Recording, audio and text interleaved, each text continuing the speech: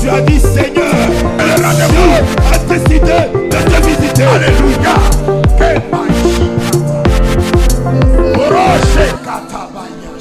La gloire de Dieu est sur toi. Nous avons vu les autres jours,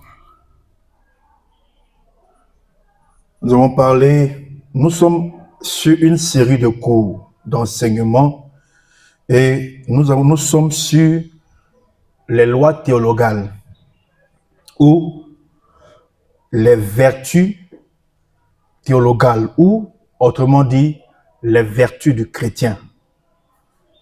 Les vertus qui doivent caractériser la vie du chrétien. Alléluia.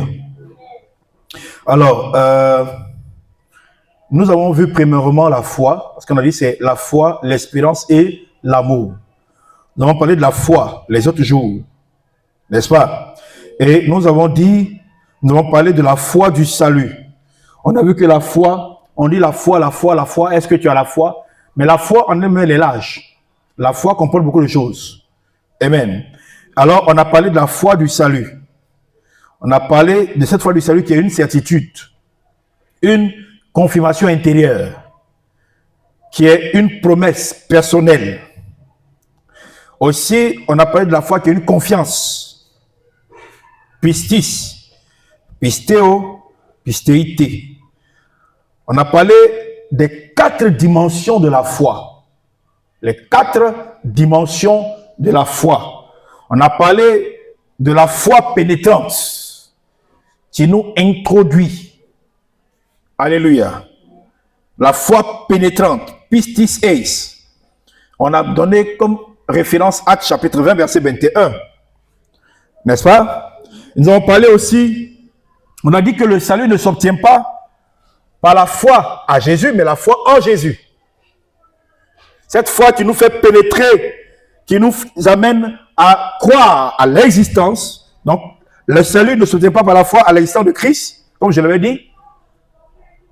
Ce n'est pas seulement le fait de croire que Jésus a existé. Plusieurs religions croient que Jésus a existé. Les musulmans croient que Jésus a existé. Les bouddhistes croient que Jésus a existé. Mais on a dit la foi qui nous fait pénétrer en Jésus. Donc, pas simplement de croire, comme l'âge de l'Alliance et l'âge de Noé. Ils ont vu, ils savaient que c'est une hache qui est là. Mais ceux qui ont été sauvés sont qui? Sont ceux qui ont pénétré, qui sont rentrés dans l'arche. Amen. La deuxième dimension, on a parlé de la foi qui est donc la foi la foi pénétrante, la foi pénétrante première, et deuxièmement, la foi en. Alléluia. Elle est appelée aussi la foi qui se manifeste par ou en quelque chose.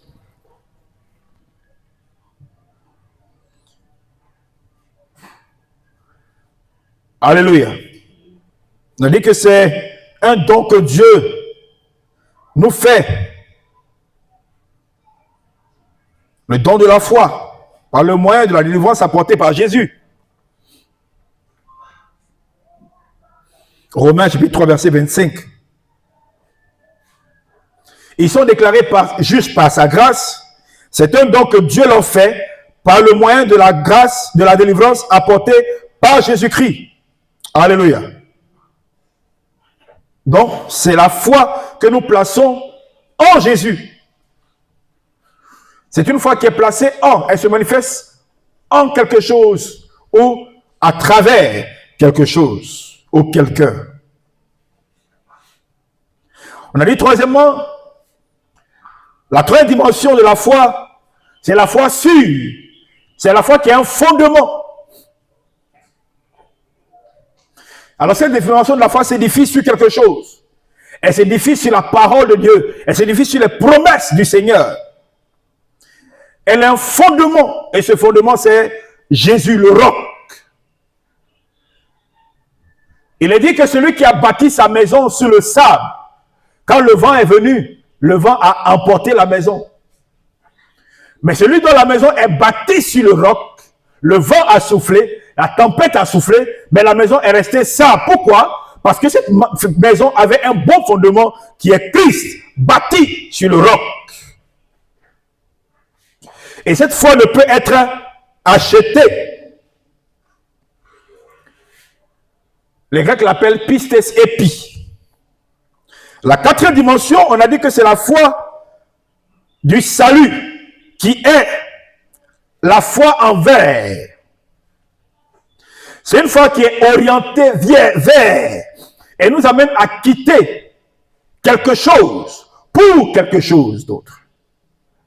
Cette foi qui nous amène à décider d'abandonner les mauvaises pratiques, abandonner les mauvais comportements, abandonner les choses qui n'honorent Dieu.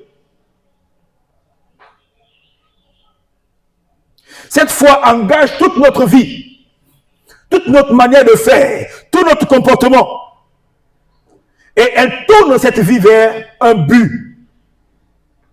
Ce but, c'est de ressembler à Christ. Ce but, c'est, si je meurs aujourd'hui, que je sois au ciel. Ce but, c'est le ciel. Alléluia. Notre nouvelle patrie, c'est le royaume des cieux. Alors, tout ce que je fais sur la terre, tout ce que j'entreprends, toutes mes luttes, tous mes engagements, tout ce que je mets sur pied, tout ce que je décide, les décisions que je prends, tout cela doit avoir un but, qui est quoi? Le royaume.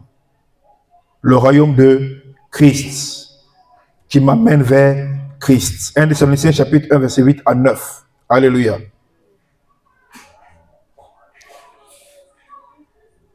Amen. Alléluia. Alors aujourd'hui, nous allons voir la foi comme fruit de l'esprit. La foi comme fruit de aussi l'esprit. Il est dit que la foi sans les œuvres est comment? Jacques chapitre 2 verset 26. Nous dit quoi? La foi sans les œuvres est morte. Vous êtes avec moi?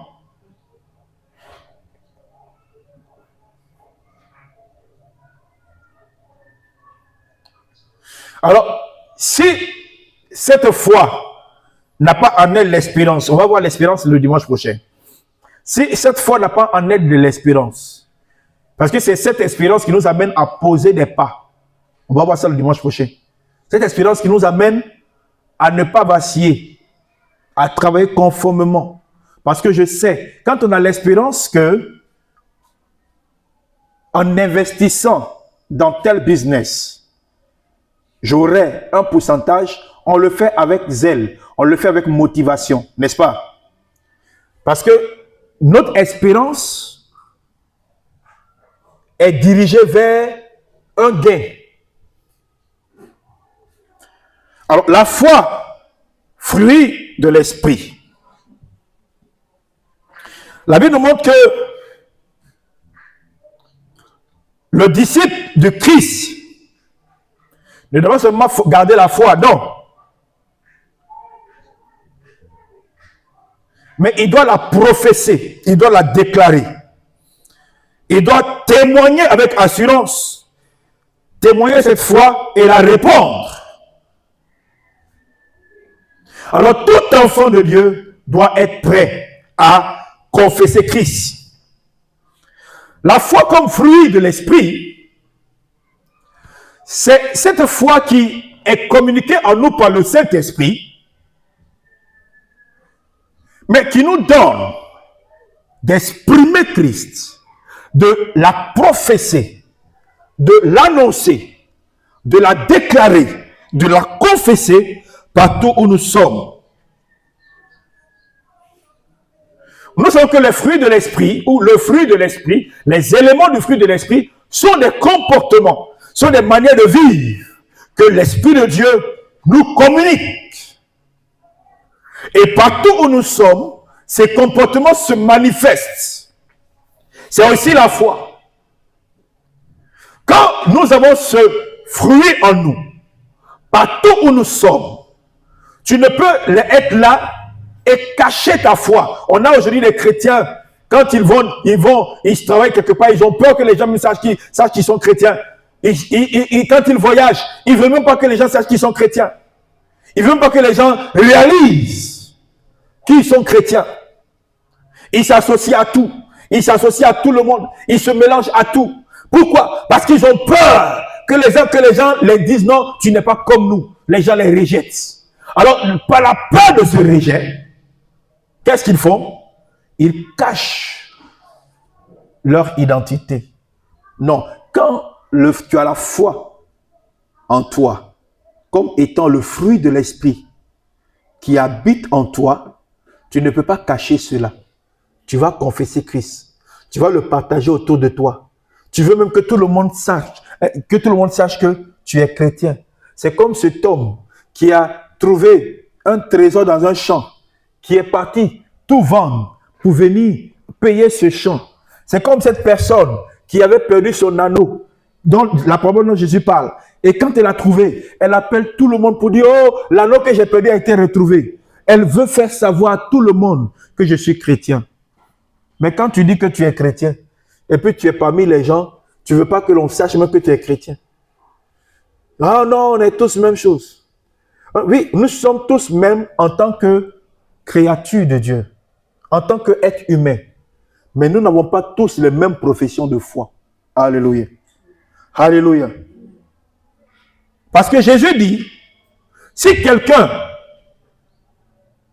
te prend ton manteau, donne-lui aussi quoi? Ta tunique. Mais il a dit ça en opposition à quelque chose. Ceux qui ont dit œil pour œil, dent pour dent. Si tu voles, on coupe ta main. C'est la même profession? C'est la même confession de foi? Non. Alléluia. Mais on a peur que les gens réalisent que nous sommes chrétiens. Je n'ai pas peur de dire aux gens que je suis homme de Dieu. Je n'ai pas peur de dire aux gens que je suis chrétien. Je n'ai pas peur de dire aux gens ce que je n'aime pas, ce que la Bible me dit de ne pas faire. Si tu m'encourages à le faire, je ne le fais pas. Je suis fier de dire que je suis enfant de Dieu. Alléluia. Je suis fier de dire que je suis chrétien. Je suis fier de dire que j'appartiens à Jésus. Mais on a des chrétiens aujourd'hui. Il est chrétien en ville. Mais quand il va au village, il va dans la forêt sacrée. Tu ne peux pas dire que tu as le don de la foi en toi. Et tu es dans du syncrétisme. Tu mélanges tout. Quand on dit forêt sacrée, tu es là-bas. Quand on dit tatouage, incision, tu es là-bas. Quand on dit ceci, tu es là-bas. Quand on dit là, tu es là-bas. Quand on dit louer Dieu, tu es là-bas. Tu ne peux pas être partout à la fois. Choisis qui tu vas suivre. Tu vas suivre le monde ou tu vas suivre Dieu. Tu vas suivre le monde ou tu vas suivre Christ. Dis déjà qui tu veux suivre. Alléluia. Il ne faut pas mélanger les choses. Parce que notre Dieu ne se mélange pas. Et je suis en train de parler à quelqu'un. Notre Dieu ne se mélange pas. Soit tu es avec lui, soit tu n'es pas avec lui. Soit tu marches avec lui, soit tu ne marches pas avec lui. Soit tu es chrétien, soit tu n'es pas chrétien. Parce que la Bible dit que c'est à Antioche que les chrétiens, les disciples ont été appelés pour la même fois chrétiens. Chrétien signifie petit Christ. Chrétien signifie comme Christ. Mais est-ce que Jésus, on le voyait aller vivre, il pouvait être avec eux? On a dit Jésus, il était assis parmi les prostituées. Là où les prostituées s'asseyent. Mais il le faisait pourquoi? Pour les amener à lui, pour les enseigner, pour leur proclamer sa parole, pour les conduire vers Dieu. Alléluia. Mais ça ne veut pas dire que quand les gens vont faire forêt sacrée, je vais aller dans la forêt sacrée aussi avec eux. Pour faire quoi? Pour les amener? Non. Alléluia. Alléluia. Alléluia. Peut-être que je peux être responsable d'une administration dont les prérogatives me demandent d'être présent Ça, c'est, j'ai dit peut-être. Je peux me faire représenter. Au cas où il y a personne pour me faire représenter, je peux m'excuser. Est-ce que vous me suivez? Mais en aucun cas, je ne dois m'associer aux pratiques malsaines. C'est des voleurs. C'est mes amis, mais c'est des voleurs. Donc, en tout cas, pour les gagner à Jésus, je vais aller aussi voler eux. Pour les amener à Jésus. Non. C'est mes copines, c'est des prostituées.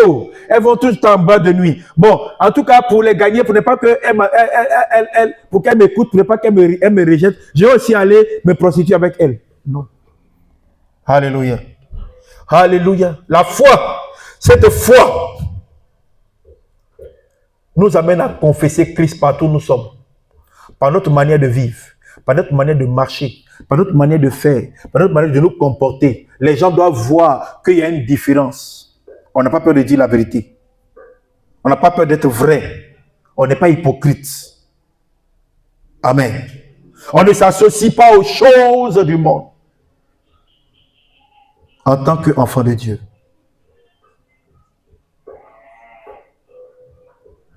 Le salut, pardon, le témoignage de notre salut et le service que nous donnons à Dieu sont des signes de notre salut.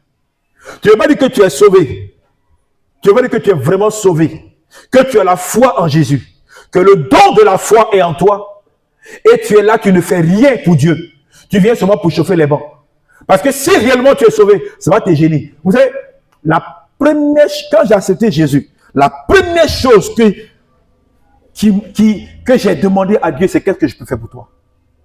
Qu'est-ce que je peux faire? Qu'est-ce que je peux apporter? En tant que chrétien, qu'est-ce que je peux apporter dans la maison du Seigneur? Qu'est-ce que je peux apporter à Dieu? Qu'est-ce que je peux donner à Dieu? En tant que chrétien. Qu'est-ce que je peux apporter? Qu'est-ce que je peux donner? Qu'est-ce que je peux apporter au royaume de Dieu? Quels sont les talents? Quels sont les dons? Quelles sont les capacités que Dieu m'a aussi données qui peuvent être profitables au royaume de Dieu? Les gens pensent qu'il suffit de venir seulement à l'église. Les gens pensent qu'il suffit seulement de donner sa dîme. Là, moi, il suffit seulement de donner offrande. Non. Mais qu'est-ce que tu donnes? Quelle est ta contribution physique pour le salut des âmes? Pour l'œuvre de Dieu, pour la maison de Dieu. Alléluia. C'est pourquoi Jésus dit, quiconque se déclare pour moi devant les hommes, je me délacerai moi aussi pour lui devant. Quiconque se déclarera pour moi, je me déclarerai moi aussi pour lui devant mon Père qui est dans les cieux. Mais celui qui me réunira devant les hommes, je le réunirai moi aussi devant mon Père qui est aux cieux.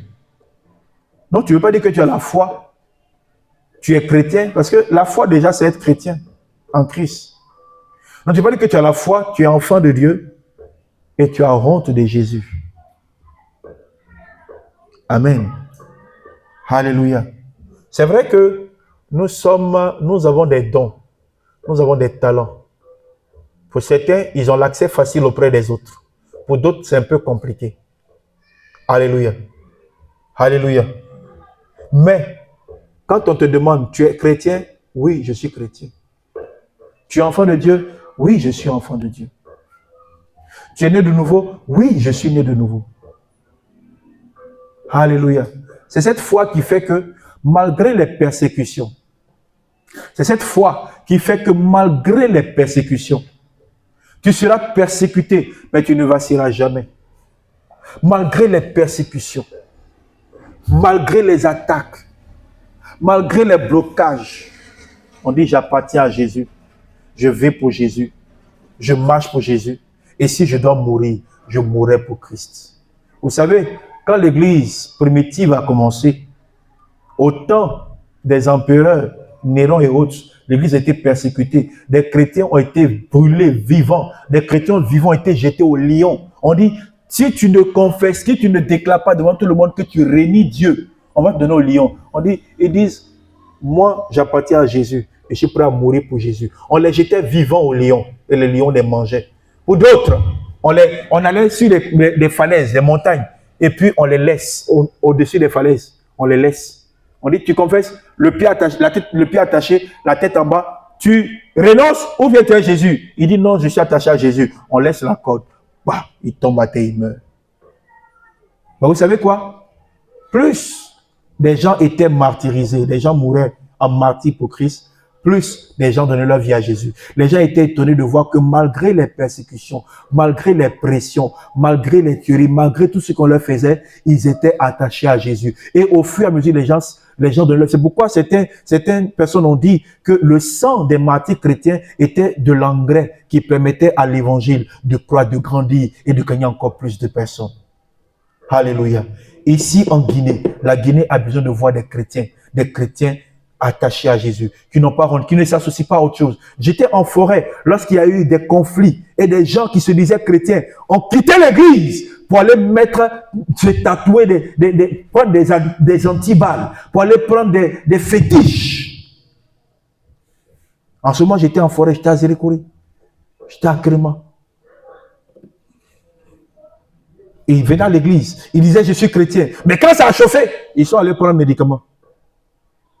Il y a un comme ça, je lui ai dit, si tu as vraiment confiance en médicament que tu as mis là, donne-moi, amène-moi le fusil. Puis tu t'avais pu tirer sur toi. Si moi il tire sur toi et puis tu ne tombes pas là, ton médicament est fort.